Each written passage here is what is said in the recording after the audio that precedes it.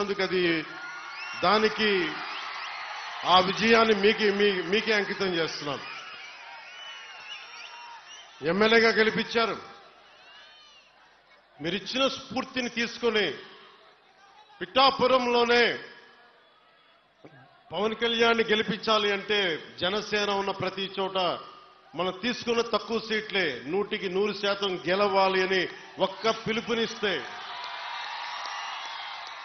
భారతదేశంలో ఎన్ని స్థానాలు గెలుచుకున్నది ఎంత న్యూస్ అయిందో లేదో తెలియదు కానీ ఇన్ని దశాబ్దాలు 20 మన అసెంబ్లీ స్థానాలు 2 పార్లమెంట్లు 23 స్థానాలకి 23 స్థానాలు 100% స్ట్రైకింగ్ రేట్ 100% గెలుచుకోగలిగామంటే మీరు ఎంత బలంగా నిలబడ్డారో ఈ రోజున.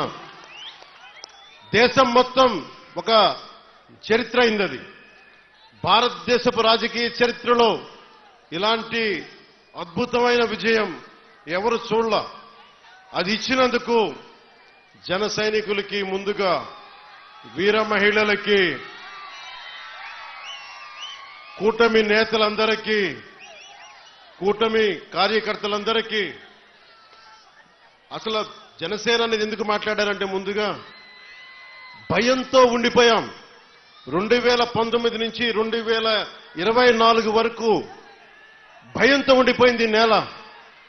5 కోట్ల మంది ప్రజలు కొద్ది మంది చేతిలో భయపడతారా?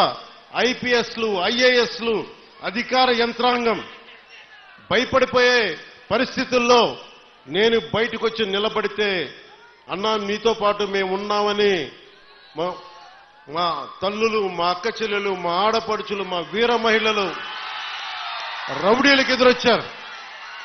కేసులు పెట్టించుకున్నారు. అటెంప్ట్ మర్డర్ కేసులు కూడా పెట్టేశారు. ఇక జన సైనికులు మబ్బుల్లో పరిగెత్తే పిడుగులు లాంటి జన సైనికుల గురించి చెప్పక్కర్లా. మీరు ధైర్యం ఇస్తే, కొత్త తరమే ఇంత పోటీ చేస్తున్నప్పుడు అనుభవం ఉన్న మన తరం ఎంత పోటీ చేయాలని తెలుగుదేశం నాయకులు బయటకు వచ్చారు. కేంద్రం మనకు అండగా ఉండి మనం ఎంత బాగా పనిచేయాలని చెప్పి భారతీయ పార్టీ జనతా నాయకులు అందరం కలిపి ఈ రోజు వచ్చి 164 స్థానాల్ని బలంగా గెలుచుకొని, ఒకటే అన్నారు కదా మనల్ని, నువ్వు అసెంబ్లీలోకి ఎలా అడుగు పెడతావో మేము చూస్తాం.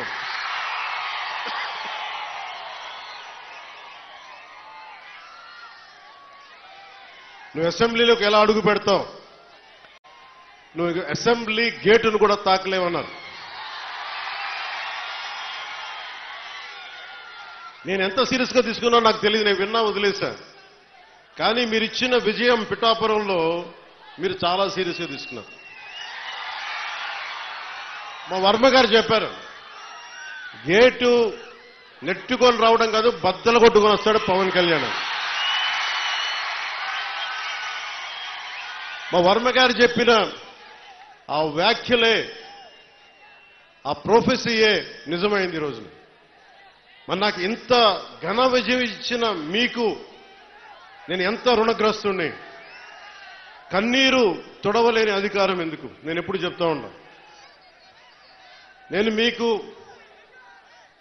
కష్టమైన, క్లిష్టమైన పంచాయతీరాజ్ శాఖనే తీసుకున్నాను. చాలా మంది అడిగారు హోంశాఖ తీసుకోండి, లేదంటే ఫైనాన్స్ తీసుకోండి, లేదంటే రెవెన్యూ, ఇట్లాంటివన్నీ మాట్లాడుతున్నా. నాకేమొద్దు. ఈ రోడ్డు గ్రామ స్వరాజ్యం కోసం బాపూజీ కలలు కన్నారు. ఆ కలలు నెరవేర్చడం కోసం నేను పంచాయతీరాజ్ శాఖ తీసుకున్నాను. మీ డబ్బు అనేటప్పటికీ ఎంత ఒళ్ళు ఉంచి పనిచేశానంటే, ఎంత ఒళ్ళు ఉంచి పనిచేస్తున్నాను. ప్రతి రూపాయికి లెక్క అడుగుతున్నా, ప్రతి రూపాయికి. మీ కష్టం అది, మీ స్వార్జితం. తాజ్మహల్ కట్టి నిర్మాణానికి రాళ్లెత్తిన కూలీలు ఎవరంటారు? ఈ దేశ ప్రగతికి కండలు కరిగించింది ఎవరు? ఈ దేశ ప్రగతికి రక్త మాంసాలని ధారబోసింది ఎవరు? అది ప్రజలు, అది మీరు. అందుకే నాకు బాధ్యత ఉంది. నేను మీకు ఈ రోజు నేను చెప్తా ఉన్నాను, ఆ రోజున ప్రమాణ స్వీకారం చేశాను. మొన్న మన కార్యకర్తల సమావేశంలో ప్రమాణ స్వీకారం చేశాను. ఎమ్మెల్యేగా నేను ఈరోజు మళ్ళీ మీ ముందు ప్రమాణ స్వీకారం చేస్తున్నాను. పవన్ కళ్యాణ్ అనే నేను భారత రాజ్యాంగానికి కట్టుబడి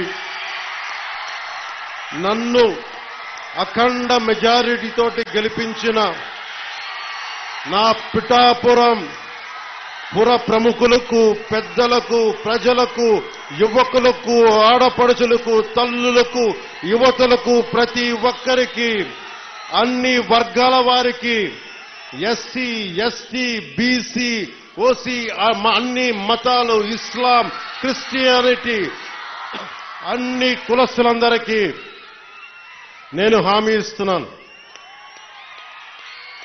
మానవత్వాన్నే కాపాడుతాను, మీ అభ్యున్నతికే కష్టపడతాను. నేను లంచాలు తీసుకోను, నాకు అలాంటి అవసరం లేదు. మీ అభ్యున్నతికే నేను కష్టపడతాను.